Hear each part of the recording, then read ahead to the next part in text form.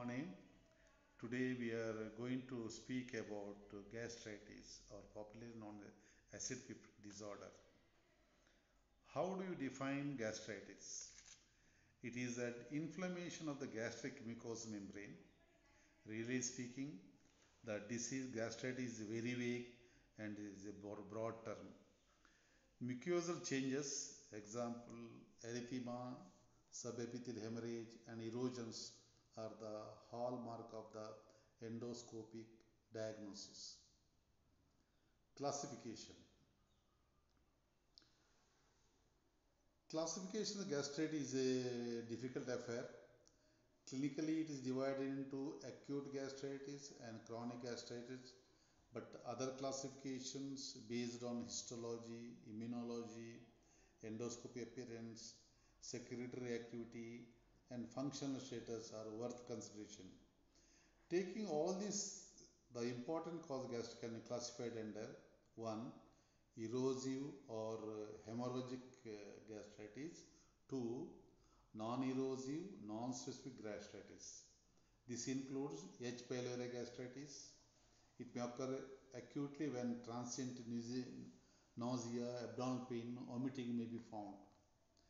In chronic infection, majority of the cases are asymptomatic. For diagnosis of acute infection, 13C urea and 14C urea breath tests have good sensitivity and over 90% specificity. But these tests are costly. Serological and fecal antigen tests are also done. Endoscopic testing, that is urea test, can also be done. 3. Specific gastritis. This includes granulomatous gastritis, lymphocytic gastritis, and eosinophilic gastritis or Menetrier's disease. Coming to the most common or erosive or hemorrhagic gastritis. The common causes of erosive gastritis are 1. Chemicals, that is commonly used NSAIDs, about 50% cases belongs to this category. 2. Corrosives, there is the use of acids and alkalis. 3. Alcohol accounts for 20% of the GI bleeding. 4. Severe stress secondary to various conditions like surgery, CVA, trauma, shock, sepsis, burns, hepatorenal and pulmonary disorders may cause ulcer. Portal hypertension with gastropathy accounts for 25% of the upper GI bleeding. Now coming to the clinical features. Onset is acute. Anorexia, nausea, vomiting, upper abdominal discomfort or pain may be present.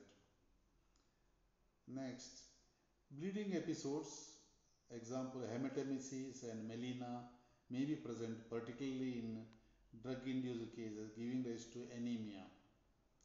Dehydration, fever, and epigastric tenderness, etc. may also be present. In corrosive poisoning, appropriate findings may also be present. Symptoms may be altogether absent.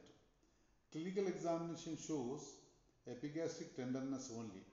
Other findings are related to blood loss or dehydration. Then coming to the investigations.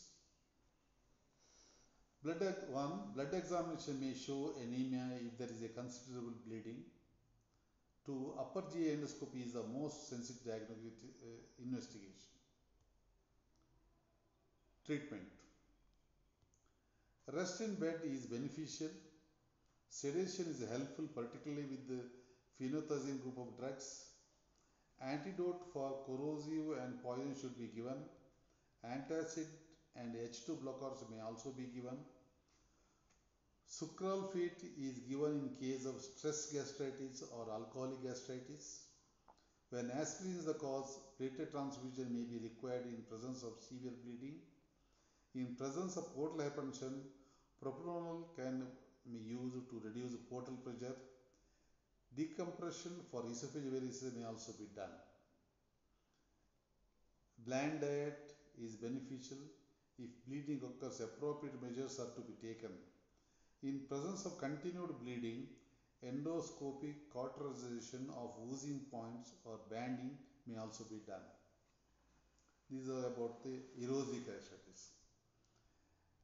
Coming to the next type of gastritis, that is chronic gastritis. This condition is classified by the histological lesion. Endoscopy findings are usually normal. Chronic gastritis is divided in two types. A, where proximal and secreting part of stomach is involved, pernicious anemia is a major cause. B, where antrum and sometimes the whole stomach is involved, H. pylori infection is the most important cause. Next, type A gastritis. In this type, there is autoimmune gastritis involving the fundal glands. This leads to achlorohydria and B12 non-absorption. Achlorohydria results in hypergastrinemia due to non-inhibition by gastrin cells. Parietal cell antibodies directed against the H plus K plus ATPase pump is present in about 90% cases. Gastric carcinoma tumor without metastasis may be seen. Treatment is directed for pernicious anemia mainly. Now type B gastritis. This is called chronic Helicobacter pylori gastritis. The causative organism H. pylori is a gram-negative bacillus which is found in the gastric submucosal layer very close to the epithelial cells. The mechanism of injury is not clear. The frequency of infection is more in Caucasians and is common in developed countries. It is probably transmitted from person to person, but the mode of spread is not clear. The resultant chronic inflammation is associated with lymphocytic and polymorphonuclear cell infiltration. This will lead to complete atrophic gastritis. Sometimes there may be metaplasia of gastric epithelium to interstitial epithelium. This is associated with the 4 to 6 fold rise of the incidence of adenocarcinoma. In about 30 to 50% of the general population, this infection is present, though in a vast majority of cases it remains asymptomatic. However, this infection may give rise to peptic ulcer in some cases. Investigations. 1. ELISA's test for serum IgA and IgG antibodies to H. pylori. 2. Endoscopic examination for A. Urease activity, otherwise called CLO test, which is present in 90% cases. B. Antral biopsy of the histological examination. C. Culture of a mucosal biopsy material. D.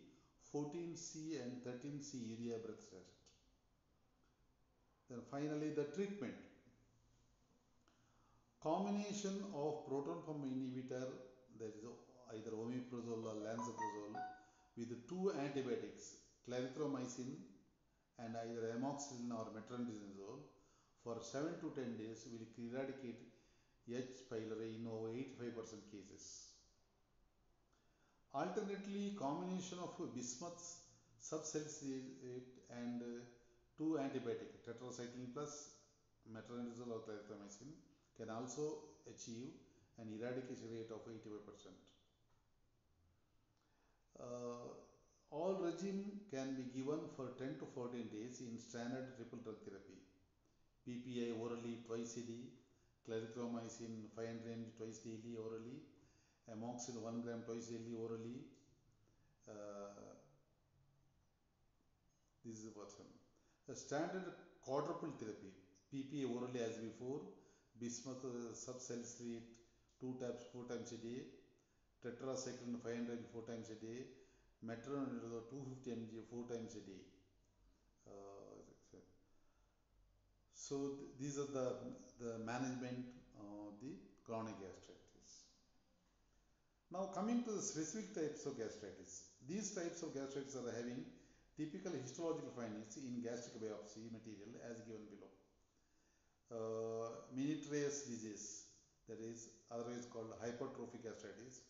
In this condition, the gastrocrurgi are very much thickened, which can be demonstrated by radiography as well as endoscopy. Patient may be complained of anorexia, nausea, vomiting, diarrhea, weight loss and edema. Edema is due to protein loss. Treatment is symptomatic, though sometimes gastric resection may be required. Then coming to infective gastritis. This is caused by various bacteria. CMV infection is seen in cases of AIDS or after transplantation. Fungal infection by Candida or parasite infection by Anisakis mariana. Treatment is again symptomatic. Sometimes gastric resection may be required. Then granulomatous gastritis.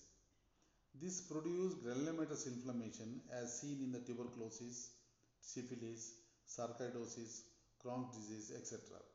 Various types of gastrointestinal symptoms may develop. Then finally, eosinophilic gastritis.